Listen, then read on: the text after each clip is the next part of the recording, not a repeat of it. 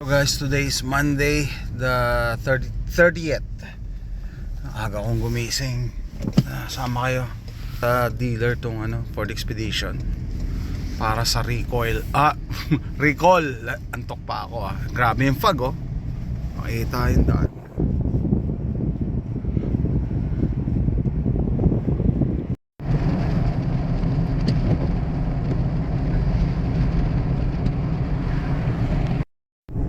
Simbahan.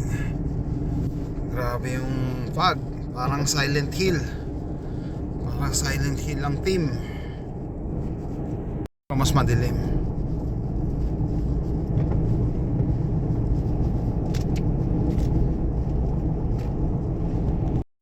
Ay guys, nandito na ako sa Ford. Aga, antok pa ako talaga. Tapos mukhang hindi ko mauuwi yung expedition niya yung araw na to. Iiwan ko siya kasi dalawa yung recall, brake booster at saka yung blower motor. Yung brake booster nandyan, yung blower motor wala, order pa sila, siguro baka bukas pa daw. So naisip ko tuloy, hindi kaya dahil doon sa brake booster kaya nagkaroon kami ng problema sa brake, I don't know, kaya gusto ko nang ipaayos Anyway, recall to, wala akong gastos. So kanina hindi ako makapag-desisyon. Kaya uwi ako, intayin ko. Hindi ko pala pwedeng intayin. So, eto, magpapa-shuttle ako pa uwi sa bahay. Eto yun. Kuha tayo ng kape or palagi kong kinukuha dito, hot cocoa. Libre to. Eto, syempre, dispenser, may bayad. May bayad. Pero yung hot cocoa, coffee, walang bayad dyan. Kuha tayo. Kuha lang ng cup. Pili ka. Coffee, hot beverage, gourmet. Wow. Okay. Coffee lang available ngayon. French decaf. Kaya pala ako mapalik.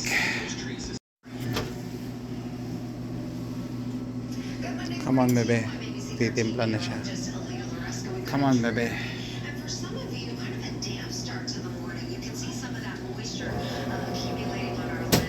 Okay guys, andito ako sa showroom. Tagal na rin pala akong hindi nagpupunta rito, So dati pupunta ako rito dahil yung sa Ford Explorer ni Mrs. Required na dito magpa-change oil kasi meron kami may service yata. May warranty kasi. Hindi ko pwedeng pakialaman. So recently ako na yung nag-change oil after namin mabayaran yung loan. So yung tatlong kotse namin Expedition, Explorer tsaka Nissan Sentra, fully paid na lahat yun. Kaya ako na lang nag-change oil. Wala silang ganong display puro black pa. At kaya eto Expedition Manager Special hindi lang nila maibenta yan, kaya sabi nila Manager Special. Okay. All leather, captain's seats, yung second row. Ito gusto ko para madaling tumaan. Expedition XLT. Okay guys, may isa pa pala silang lounge dito, maker din doon, pero mas social yung kabila.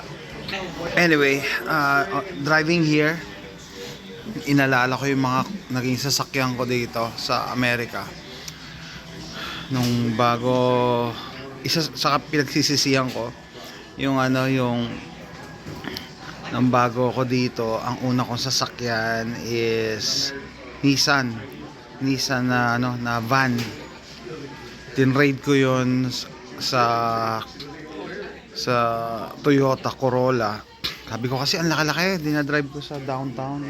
Kalug-kalug ako. Tuwan-tawa ako sa Corolla, ang bilis. Nahuli tuloy ako sa highway. Doon ako nagkaroon ng ticket dahil sa Corolla na yun na manual Tapos dumating si AJ. Sabi hindi nakasya sa Corolla, maliit ang Corolla. Daming dala pag may baby Pati stroller, lahat. Tas 5 kami. Kaya yung Corolla isang taong ko lang yata ginamit yun. Tinrade ko naman sa Dodge Durango. Yung Dodge Durango sulit. 6-seater yung Dodge Durango. No? Ginamit ko yun ng 7 years, no? Ang loan ko doon is 5 years. So after mabayaran, 2 years ko siyang ginamit na wala akong car payment. Sarap ng feeling noon. Walang car payment. Tapos tinrade ko nga yung Durango sa Ford Expedition, di ba? Kasi sabi ko ay kailangan namin ng 4x4. And at that time pupunta kami ng Colorado, nag-i-snow. So tinrade namin sa Expedition. Tapos eto Expedition, magto 2 years na naming bayad. O 2 years na yatang wala akong binabayaran na car payment. Kaya 136,000 miles. Hindi ko pa rin ite-trade to Siguro sabi ko pag umabot ng 200, walang reason para i-trade Gumagana pa naman, tsaka kaya nga Ford ang pinili ko ngayon dahil ako na yung nagme-mekaniko, di ba? Napapanood yun naman yung mga DIY. Napakadali ng pyesa. Sa eBay ko lang ino-order yung pyesa tsaka napakamura. No? As long as hindi transmission, hindi ko pa kaya magbaba ng transmission, tsaka yung loob ng engine, yung mga piston, yun hindi ko yung kaya. As long as yun hindi masira, the rest pwede kong palitan, no? Yung mga timing belt, mga thermostat, kaya ko yung palitan, and among other stuff pa.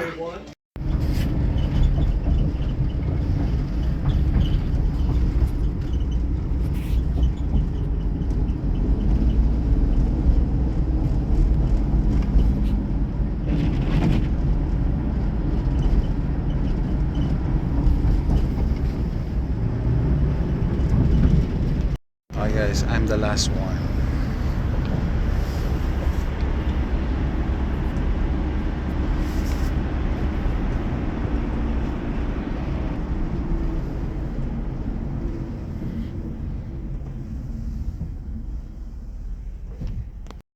Okay guys, bahay na ako, no? Nakakwentuhan ko pa yung katabi kong babae, puti.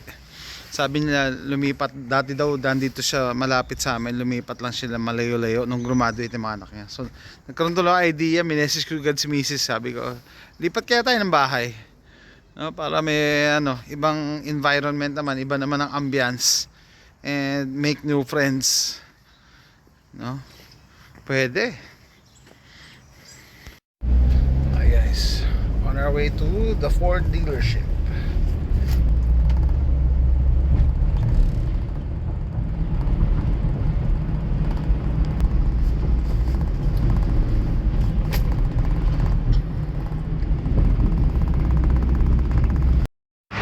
Okay guys, dito na ako sa Ford dealership. Grabe, naka-live ako kanina, naka-boxer short nga lang ako Nag-grab lang ako ng short tsaka slippers. Yan, ang bilis naman ng driver. Yung pala, nag-text na pala kanina. Ay nako.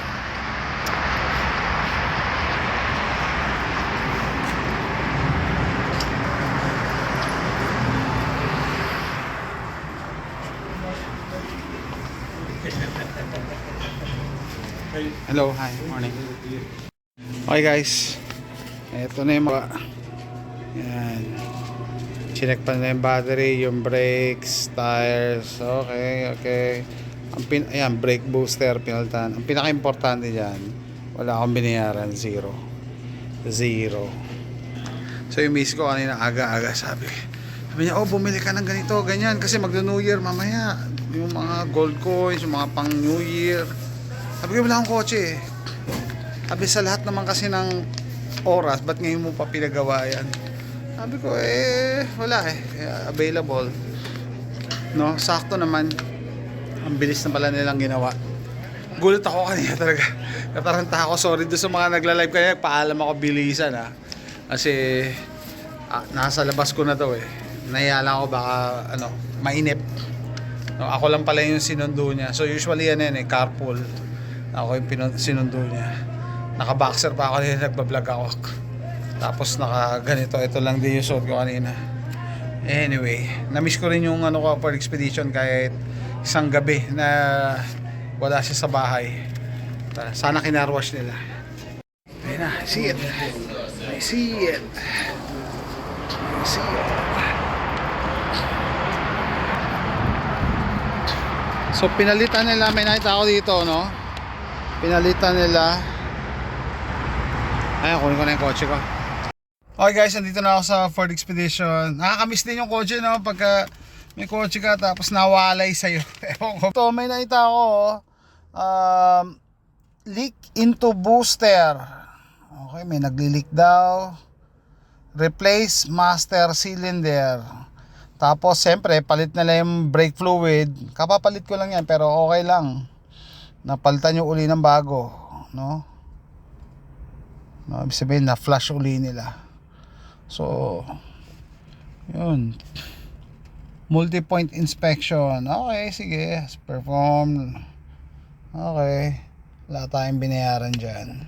So hindi ko talaga alam yung nagka-problema kasi sa brake nung nagpunta kami ng beach, related kaya dito sa brake master cylinder, I don't know, pero at least naayos na, pwede pa. Tapos kausap ko yung driver ng shuttle, dami pinag-usapan yung dinadrive niya Ford F-150 na nasa 250,000 miles na, no? 2008 yata yung F-150 niya. Sabi ko itong expedition ko nasa 130,000, tapos sabi ng iba i-trade in ko na kasi mataas na yung mileage. Pero pag expedition guys, 150,000 mababa pa yan kasi ito umaabot to ng 200,000 hanggang 300,000 mileage pagka well maintained. Malayo pa mararating nitong expedition na to as long as mini-maintain, tsaka pag may part na nasira, papalitan mo. So imagine niyo guys, no, natuto na ako sa vehicle ownership. Ayoko nang bumili ng brand new kasi ang brand new, yung depreciation, ikaw ang unang tatamaan pag ikaw yung first owner. So sweet spot, bumili ka ng used na hindi ganong laspag at hindi pa rin naman ganong sobrang bago, na to the point yung presyong bago. So pagka nakakuha ka ng ganon, matagal pa ang buhay niyan. Tapos pag may nasira, palitan mo lang. Pag napalitan mo, brand new na. So imagine mo itong Ford Expedition ko 2017, pinalitan yung brake master cylinder. O di bago na yung brake master cylinder, di ba? Tapos yung blower motor nga, sabi nung driver na inggit siya kasi yung blower motor daw niya, siya nag-ayos, wala daw recall. Ito meron sabi ko may konting tunog hindi man ako nababother, pero libre, nasama sa recall, edi papalitan natin. So tara, maraming utos si Mrs. dahil New Year ngayon, December 31. Punta ako sa 99 Ranch, bibili ako ng mga pang New Year, yung mga tawag doon, yung mga pampaswerte, tsaka tikoy, tsaka gold coins. Gagawa siya ng prosperity bowl. Punta tayo sa 99 Ranch. Okay, dito ako sa Sam's Club. Hot corners, tight. Si Tuko Salamanca promote kami. Bagong Black Ops So dito, ito i-scan mo sa counter tapos bibigay sa iyo yung actual para hindi na nanakaw. Ito Sam's Club, no? Sa SNR ba may 6 gun safe. Maganda, may pwede lagyan ng outlet para sa dehumidifier para hindi mag-rush yung barrel. Ito, bili akong milk mura, 290 lang dito. Tapos yung chicken, rotisserie chicken dito 4.99 lang, wala pang $5. Itlog para sa New Year. Gagawa ng prosperity bowl miss ko. Ito ko maganda to Pwede itong gamitin habang nagsushooting. Corduroy, wala pa yata akong damit or ganito na corduroy. Tara. Okay guys, nakapack yung mga condiments. Pati yung relish. Tapos yung hotdog, nakaganto na rin, nakapack. Mas maganda sa Costco, ikaw maglalagay ng ng mga condiments like ketchup tsaka relish. Tapos parang mas maliit ba ang hotdog nila? Parang parehas lang. Pero sa Sam's naman, Sam's Club ako, mas malaki yung cup. Okay guys, ito na yung hotdog ng Sam's Club. Mas parang mas maganda yung sa Costco kasi bagong luto. Ito nakapack na. Tapos parang mas maliit to eh. Yung sa Costco, lampas-lampas eh. Yung lasa, parang parehas lang pero hindi siya mainit. Mas bagong luto sa Costco. Okay guys, alis na ako. Bilang isang pizza. At least yung pizza nila mas maganda kasi naka-case na.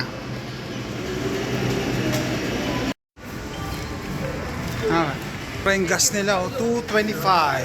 Mapafull tank ako. Hey guys, naalala nyo ba ang scam na sabi nila bawal gumamit ng cellphone habang eto, cellphone ang ginamit ko para magbayad eh. App ang ginamit ko eh. Kasi yung Sam's Club hindi na nag-i-issue ng card, membership card. So hindi totoo yun, na delikado gumamit ng cellphone. Let me know. Dito tayo sa 99 Ranch, bibili tayo ng pampaswerte.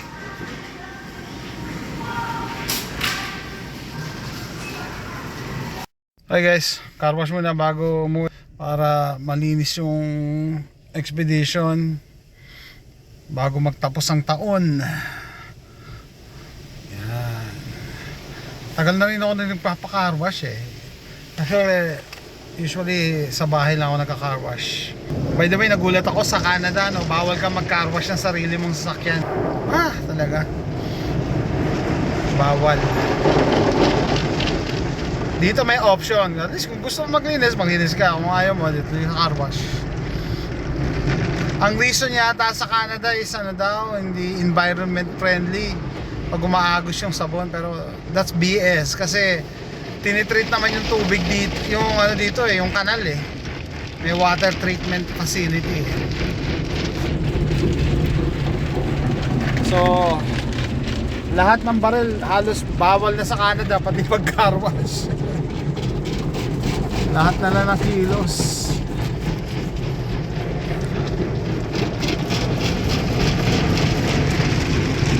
Yan. Tapos tinanong ko pala yung vacuum dati kasi usually may lumalabas na coin para magamit mo yung vacuum nila. Ngayon wala na daw. Basta gamitin mo lang free. Kaya pala yung sinusundan kong kotse dumiretso sa vacuum kahit hindi nagpapa-car wash. May free na yung vacuum. Ay nako. Sana hindi masira yung rain guard ko. Rain guard, tsaka sa harap may bug deflector ako eh. Eto na siya. Sana wag masira yung bug deflector. Yeah boy. Man and machine. Yan na. Rinse na tayo, rinse. Come on bebe. Come on bebe. Rinse tapos blow dry.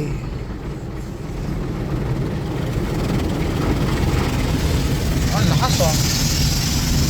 Natutupi yung side mirror ko. Malakas. Come on bebe. Pag binuksan mo yung window, basahan yan. Ito na yung blower. Tapos sasabihin ng ilaw kung mag-i-engage ka na kasi naka-neutral tayo eh. Kung go. Yan. Blower. Wait. Ayan guys. Sasaglit ako sa vacuum ng madali. Mabilis lang. Tapos sir, yung sirain yung wind visor ko. Naka. Okay, luminis naman siya kahit konti. Ang kasi pagka gray, hindi mo talaga malata din yung dumi. Pero kahit pa paano naman, luminis. Okay. So, susunod na kotse namin, wag na gray Dalawa gray namin isang Sentra tsaka Expedition. Siguro puti. Matagal na kami hindi nagkukotse ng puti. Mukha namang Okay, siguro vacuum tayo ng konti. Okay guys, nandito na ako sa bahay, no? Maganda, nag-side trip din ako para ma-testing yung Expedition. And true enough, hindi to psychological, talagang ramdam ko may pinagkaiba sa braking. Very responsive. Konting tapak mo lang kumakagat yung yung preno as compared dati. And dun nga sa findings ng Ford, may leak yung brake master cylinder. So baka isa 'yun sa dahilan kung bakit nagka-problema kami sa kalsada nung nag-road trip kami. Parang uneven siguro yung yung pressure ng brake fluid dito sa nasira na caliper. And by the way, dumaan pala akong bangko, no? Papalit tayo. Mga brand new $2 bills. Wala daw silang $1 bill eh, $2. Sige. So that's it guys. Happy New Year ngayon, no? New Year ngayon sa amin. Happy New Year sa inyo and see you next time. Bye.